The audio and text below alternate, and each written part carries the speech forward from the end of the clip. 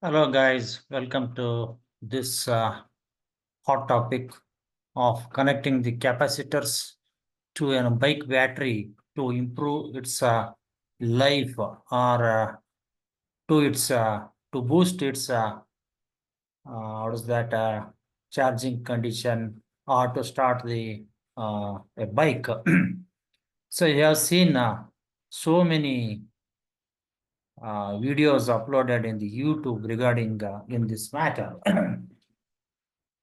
So many people have tried to connect a capacitor or some capacitors parallelly to the automobile battery, which is a lead acid battery, for many reasons. Here one says many problems, one solution like that. And here a person is there, he is connecting a capacitor to the battery.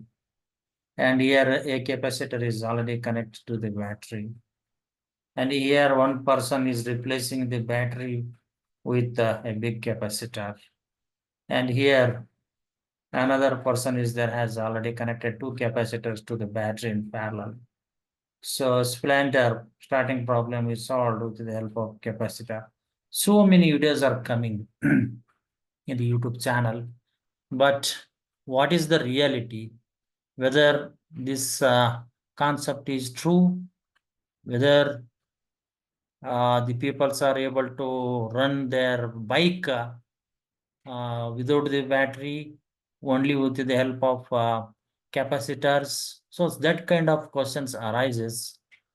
That is why I made a video on this to discuss the physics behind this topic of connecting a capacitor parallelly to an lead acid battery. So I've discussed the chapter now.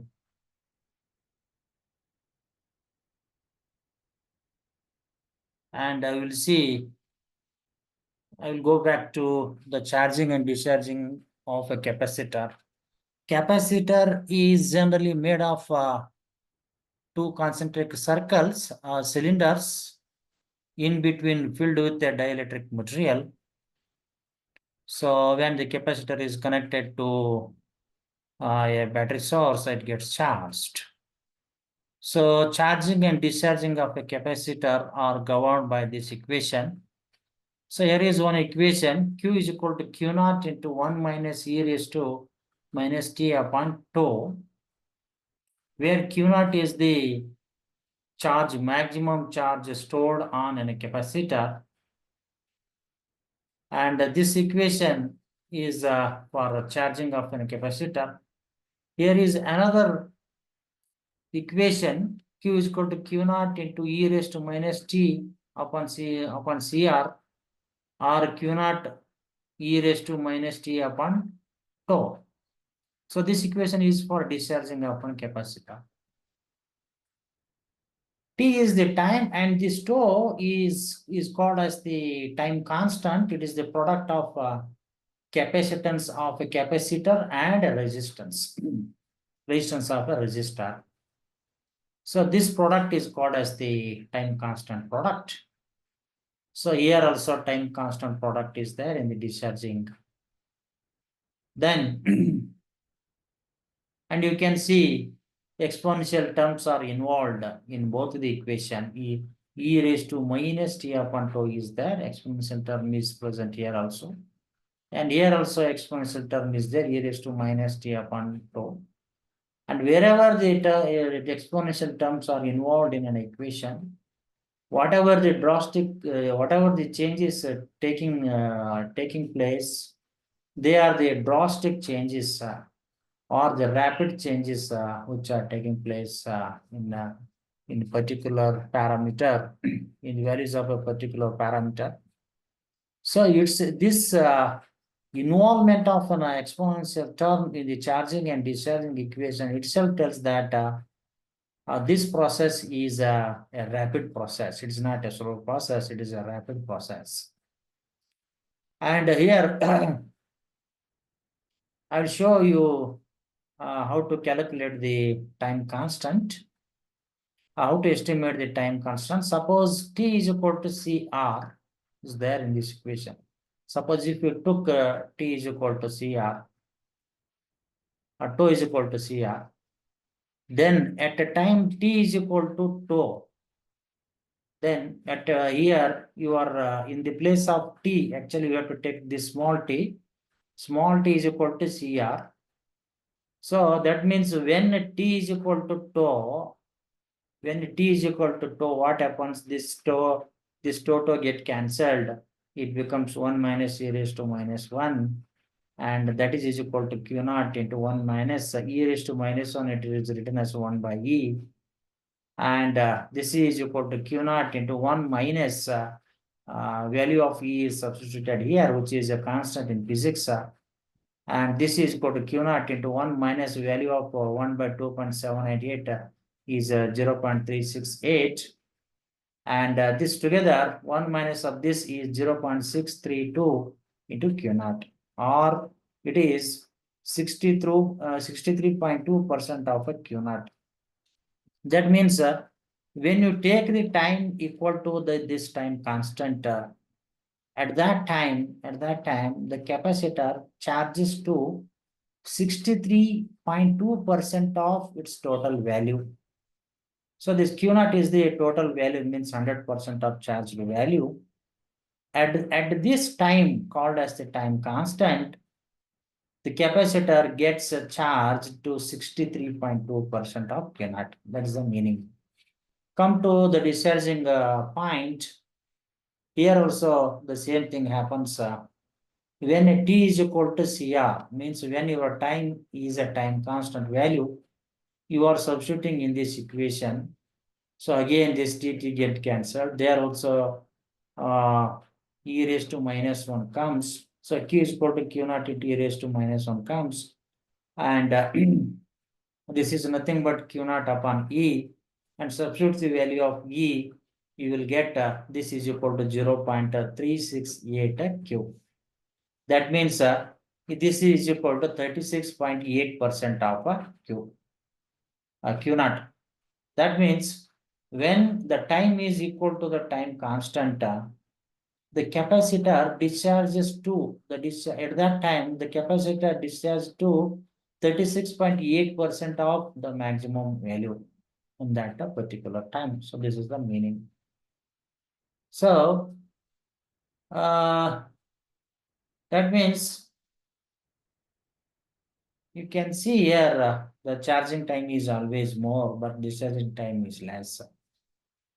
And exponential terms are involved. And next we'll go to this thing, charging and discharging curves are there. You can see this red one is the charging curve, whereas this green line is a discharging curve. So this is tau is the time constant. At the time t is equal to you are and here and here. And both the curves are the exponential curves. It is very clear that both the charging and discharging curves are exponential ones. And you can look at the discharging curve, it is a very sharp one. A sharp discharging curve is there. So exponential terms are involved. That means the capacitor always discharges suddenly within a less time. Within a less time, it gets a discharge. So that is the meaning. It doesn't take much time for the discharge. Here, I will show you by calculation. Calculation of the time constant will just I will show you just for example. So this time constant T is equal to CR as I told, and here C is the capacitance of a capacitor which you are connecting to the battery of an automobile. And let's say R is the resistance. Actually, in the automobile, resistance are not connected. Whatever the resistance of the cables are there, cables, all those things are, it may amount to some 100 ohm. Okay, so think that resistance of all the cables is 100 ohm, and capacitor what you have taken is of 4700 microfarad. Then substitute into this equation. So 4700 into microfarad, so 10 to the minus 6 comes here. into value of R, 100 ohms is there. You multiply this thing. So it is 47,470,000 into 10 to the power minus 6. And when you shift this 10 to the power minus 6 on this number, you will get just 0.47 second. So this is one calculation. That means to increase the time constant value, we have to either increase the capacitor value or we have to increase the resistance value. That is the option. But you have seen, I have shown in the many videos, many people have taken a capacitor of capacitance 4,700 microfarad. This one many people have taken. That's why I have taken this as the example. And now in another calculation, by keeping the capacitor same, I am increasing the R value to 10 kilo ohm by assuming that some other resistance like bulbs may be there and some other resistive materials may be there that may leads to a total resistance of 10 kilo ohm. With that assumption, I have substituted R is equal to 10 kilo ohms. And now you once again calculate the time constant. So CR is equal to 47,000 is the value of capacitance. 10 power minus 6 comes because of microfarad into 10,000. So this gives just 470 second. You are getting just 470 second. That means 470 second means it is just 7.83 minute. It is 7.83 minutes. R is 0.13 hour. So you can see here time means when you are here, when you are at this minute at 7.83 minute, just in 7.83 minute, the capacitor discharges to 36.8% of its maximum value. Suddenly it comes down. Okay, so that is the meaning. Or even though it charges to 63% at this time, but it takes very long time for complete its charging value to its maximum value. So that is why what happens when you connect a capacitor to the automobile battery in parallel to the battery, what happens as soon as you switch it on the automobile, the network, the circuit completes, and as soon as the capacitor immediately discharges through the whatever resistance are there in the circuit. That means cables, all those things are there. They are all having at least more than 100 ohms resistance. So in 2-3 minutes or in few seconds, for example, if the resistance is 100 ohm, just in 0.47 second, the capacitor gets discharged to 63%. So this is the reason. That means the charging and discharging times are very short. They are very short. Especially discharging, suddenly it gets discharged. So that is why people say that okay,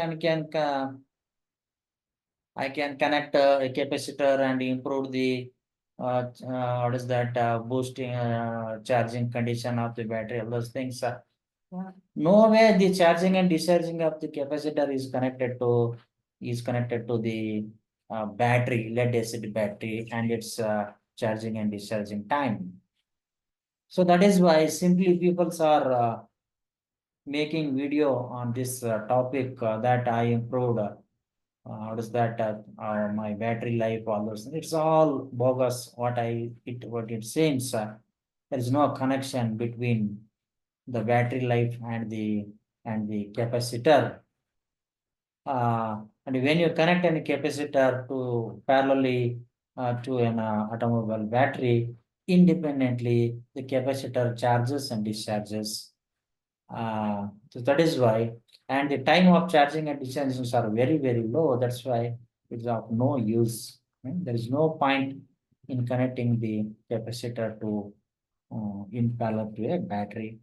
That is why my conclusion is that one cannot use the capacitors as a battery or to boost the load or to boost the lead acid battery life. Even some people have connected more than one capacitors to to the bike, but even though they are connecting more than one capacitors in either in series or parallel, what happens? The times involved are very, very less. They are in terms of few minutes. That's why it can't work. So this is my conclusion. Thanks for watching.